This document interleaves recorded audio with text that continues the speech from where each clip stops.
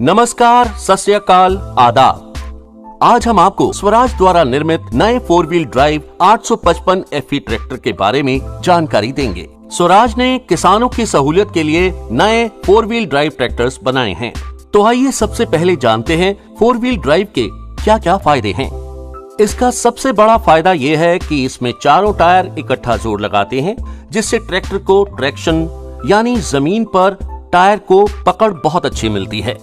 855 FE 4 wheel drive से बड़े और भारी कृषि इंप्लीमेंट्स बहुत ही आसानी से खींचे जा सकते हैं। 4 व्हील ड्राइव से ट्रैक्टर जमीन पर ताकत बहुत ज्यादा लगाता है, इस वजह से आपके काम करने की स्पीड भी बढ़ जाती है। 855 FE में दिया गया 4 व्हील ड्राइव फ्रंट एक्सल पूरी तरह से सील्ड है। ये गीले और सूखे दोनों प्रकार के कृषि कार्यों के लिए उपयुक्त है। इससे चावल की खेती, आलू के प्लांटर, न्यूमेटिक प्लांटर, प्लो और डिस्क हैरो इत्यादि को बहुत आसानी से उपयोग में लाया जा सकता है। इस ट्रैक्टर का टर्निंग रेडियस बहुत ही कम है, यानी आप इसे जहां चाहे जैसे चाहे बहुत ही आसानी से मोड़ सकते हैं।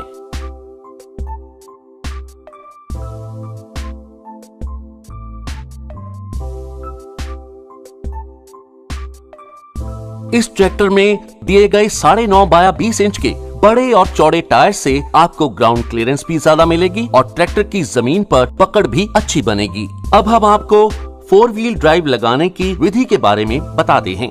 4 व्हील ड्राइव लगाने से पहले यानी एंगेज करने से पहले ये सुनिश्चित कर लें कि आपका ट्रैक्टर बिल्कुल स्थिर अवस्था में है। उसके बाद ड्राइविंग सीट के नीचे बाईं तरफ दिए गए लीवर को ऊपर उठाने से 4 व्हील ड्राइव एंगेज हो जाएगा। अब ट्रैक्टर को 4 व्हील से 2 व्हील में जाने के लिए यानी डिसएंगेज करने के लिए फिर से सुनिश्चित करें कि आपका ट्रैक्टर बिल्कुल स्थिर अवस्था में है। उसके बाद ड्राइवर सीट के नीचे दिए गए लीवर को नीचे की ओर दबाने से ये डिसएंगेज हो जाएगा। याद रखिए, यदि आप चलते हुए ट्रैक्टर में 4 व्हील ड्राइव लगाएंगे या हटाएंगे यानी एंगेज या डिसएंगेज करेंगे तो ट्रैक्टर का ड्रॉप बॉक्स खराब भी हो सकता है। दूसरी बहुत जरूरी बात, 4 व्हील ड्राइव में डालने के बाद ट्रैक्टर को कभी भी पक्की सड़क पर मत चलाइए, क्योंकि इससे टायर ज्यादा घिसेंगे। पक्की सड़क पे आने के बाद ट्रैक्टर को 4 व्हील ड्राइव से 2 व्हील ड्राइव में डाल लें। और याद रखिए, 4 व्हील ड्राइव में कभी भी ट्रैक्टर को 10 किलोमीटर प्रति घंटे की स्पीड से ज्यादा मत चलाइए। पीटीओ को चलाने और रोकने के लिए इसमें एक अलग लीवर दिया गया है।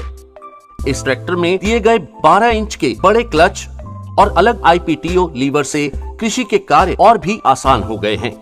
IPTO से PTO क्लच के घिसावट भी कम होगी और इससे क्लच की उम्र भी बढ़ेगी।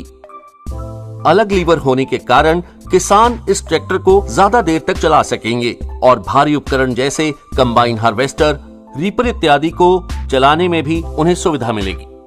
अब हम IPTO को प्रयोग में लाने की विधि को जानते हैं।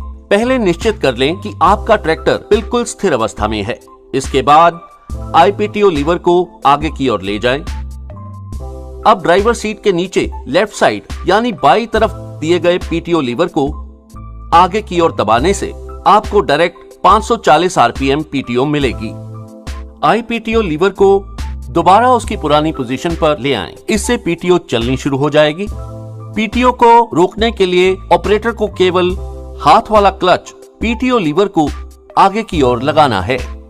आइए अब CRPTO यानी multi speed forward and reverse PTO को उपयोग करने के बारे में जानते हैं। इस मल्टी स्पीड PTO से किसान भाइयों को 4 आगे की ओर घूमने वाले RPM और 1 रिवर्स तरफ घूमने वाला RPM मिलता है। पहले निश्चित कर लें कि ट्रैक्टर बिल्कुल स्थिर अवस्था में है। इसके बाद ड्राइवर सीट के नीचे लेफ्ट साइड यानी बाएं तरफ दिए गए PTO लीवर को पीछे की ओर ले जाएं। इसके बाद ऑपरेटर जिस तरह का इंप्लीमेंट चलाना चाहे उसके अनुसार ट्रैक्टर के गियर 1, 2, 3 या 4 लगा सकता है। CRPTO यानी मल्टी स्पीड PTO पैर वाले क्लच से ही चलेगा, इसलिए ध्यान रहे CRPTO चलाने से पहले IPTO क्लच लीवर को पीछे की ओर ले जाएं। स्वराज 744 FE में 4 व्हील ड्राइव और PTO चलाने की प्रक्रिया बिल्कुल 855 FE ट्रैक्टर की तरह ही है।